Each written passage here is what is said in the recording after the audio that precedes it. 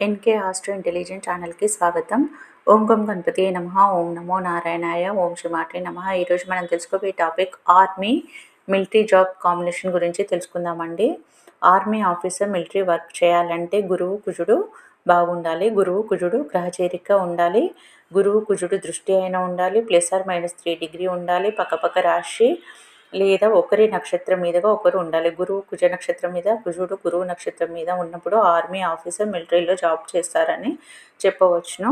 గురువు కుజుడు IAS, IPS, military, ఆర్మీలో జాబ్. గురువు అనగా గౌరవం, కావున వీరికి సమాజంలో గౌరవ మర్యాదలు రెస్పెక్ట్ ఇస్తాం కదా. గురువు కుజుడు ఉంటే ఆర్మీలో జాబ్ అని చెప్పవచ్చును.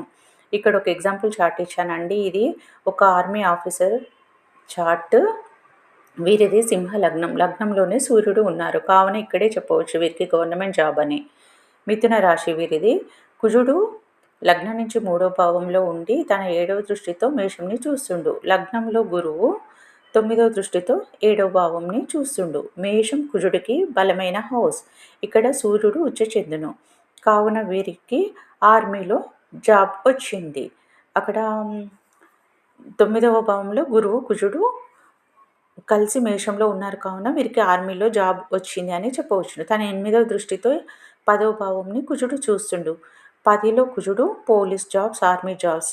10వ స్థానాధిపతి అయినటువంటి శుక్రుడు 12లో ఉండు ఈ జాతకులకు, కావున వీరి వర్క్ సొంత ఊరికి దూరంగా పక్క రాష్ట్రాలలో ఉండును అని ఈ చార్ట్ ద్వారా మనము చెప్పవచ్చును. నేను పెట్టే వీడియోలు మీకు నోటిఫికేషన్గా రావాలంటే ప్లీజ్ లైక్, షేర్, సబ్స్క్రైబ్, పక్కనే ఉన్న బెల్ ఐకాన్ని ప్రెస్ చేయండి. ధన్యవాదాలు.